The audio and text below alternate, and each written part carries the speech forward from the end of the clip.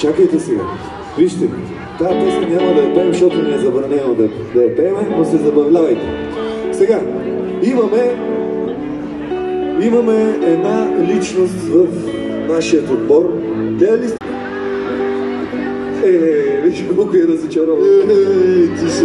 Значи... Но не и днес. Знаете ли кой е Перси? Кой е Кумбата? Обаче... Запомнящата се личност е Димитър Мариянов!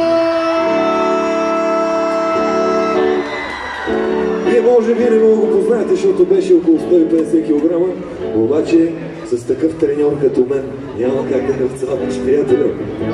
Аплодисменти за Пашата! Само Пашата!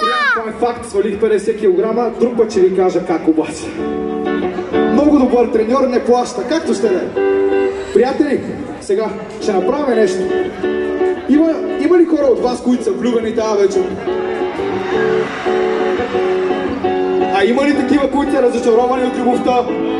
Не! Добре, сега ще направим нещо. Аз ще кажа само 3 думи, но преди това си извадете телефоните и обещавам от Троян да изкараме възможно най-много сторита. Ще прикача всяко едно стори.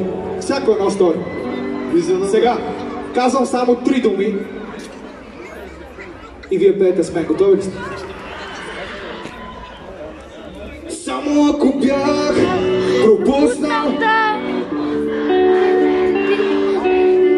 дали стях да поема посока различна от пътя ми, когато се спрях и очите бяха пълни със сълзи. С тях поглед изпейте го силно с мен! Само ако бях пропуснал да допусна даже една от грешките ми, дали стях да поема посока различна от пътя ми, когато се спрях и очите бяха пълни със сълзи, с тях полях цветето, на което се усмихваш. Троян, велики хора, благодаря ви. Знаеш какво? Искаш да направим нещо, с което да издразним Пашата? Искате ли да дразним Пашата? Много обичам да дразня Пашата. Обожавам да дразня Пашата. Ще изпеем още нещо.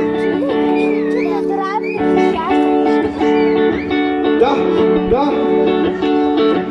Добър вечер, двойна